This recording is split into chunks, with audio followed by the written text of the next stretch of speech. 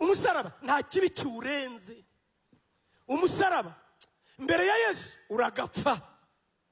Hari indirimbo nkunda marereza imbijwi ntaryo narayikunze n'ubu ndayikunda. Ejo muzandirimbira gace maze icyumweru ari imfasha negura inyigisho ivuga ngo Gorogota kera waricaga, abanyabyaha barahashiriye, ababyeyi barahaririye, nta numwe wagezeyo yigeze agaruka. Pilato yari yarabigize akamenyero, ari umucamanza wihaye identite y'ubugome yuko buri mwaka hicira ibihumbi by'abantu. Gorogota wari umusozi wo gupfa. Tujya twibagirwa iryo zina, mu Kinyarwanda biravuga ngo inyabihanga, aho abantu bacirwa imitwe. Imana yacu ishimwe. Umusaraba ariko igitangaje abapasiteri turawurimba nawo kabyara. Aha tuzavuga impamvu uyu musaraba ugira ishusho ebyiri. Kurya ubona nyine imbere hitwa ku rupfu, inyuma hakitwa ku isoko y'ubugingo. Oh haleluya. Umusaraba Paulo rero yari afite ibyo kwirata udashobora kuba. Icyanyuma yari yarize amashuri dogiteri mu mategeko. Gitumye mbabwira ibi rero ni ugutinyuka ukumva Paulo utarinjije mu mateka, utarinjije mu byanditswe, utinyuka akabwira abantu ngo we yirata umusaraba.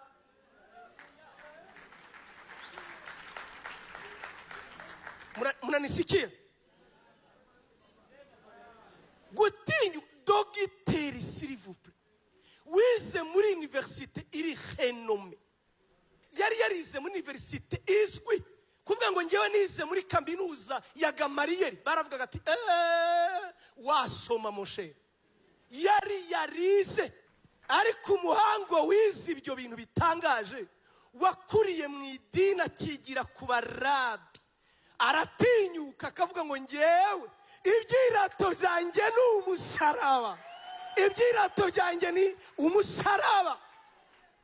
Bavuze unyumve neza, bavuga kubambwa ku musaraba, babikoreye étude scientifique uburyo umuntu yapfaga yiyumva iyo wajyaga ku musaraba, bakakubamba ku musaraba, uko byakoraga mu bwonko, uko byakoraga mu mutima, uko umuntu yapfa. Ngo barabipimya b'icyo gihe ku buryo abakoze siyansi, abakoze ubushakashatsi ngo bibajije abo bantu b'imyaka 2000 ngo ubwo bugome, ubwo bubi, iyo siyansi babimenye bate ko iyo umuntu abambwe ku musaraba bikora ku gice cyose cye cy'umubiri, ngo babara ahantu hose habaho mu mubiri. Bari babizi ko aricyo gihano umuntu agira kikakugera mu mubabaro wa nyuma ubaho umuntu agira. Niyo mpamvu bavuga ngo nubwo twahana bene wacu tuzabarinda umusaraba. None umusaraba, reka nanjye nkubwire umusaraba, kereka utarabaye mu gaturika wa nyawe.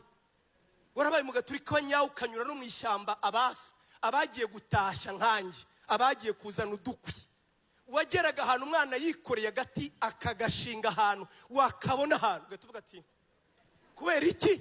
Umusaraba urakubwira ngo hepfa harimo ubuzima bwapfuye. Umusaraba ku isi yose ni ikimenyetso cy'ubuzima bwapfuye.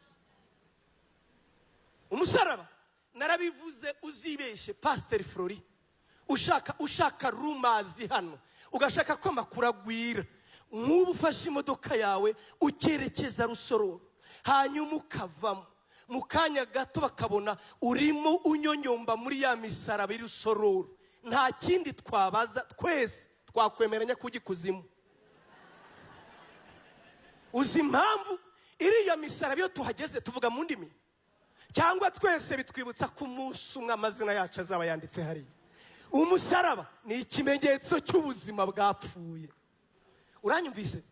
Twebwe abakristo ni twebwe abantu bonyine twishimira ibyago by'undi twenyine, kandi bikaba byemewe no mu ijuru. Kubera iki? Ni mu rupfu rwa Yesu twebwe twakiriye.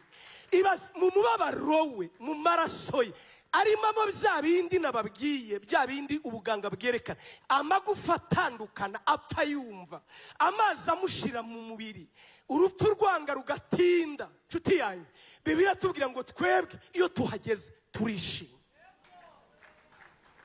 twemerewe gushinyagura, kandi si ugushinyagura. Uwubambwe ku musaraba ntabara nk'umushinyagurira, aravuga ngo rega siniyahura, ntabwo napfuye nk'urengana, nabikoreye ngo wowe ukire, nabikoreye ngo ubeho, nabikoreye ngo ubabarirwe, nabikoreye ngo twiyunge. Umusaraba urakabzara uzagije. Imana yacu ishimwe cyane.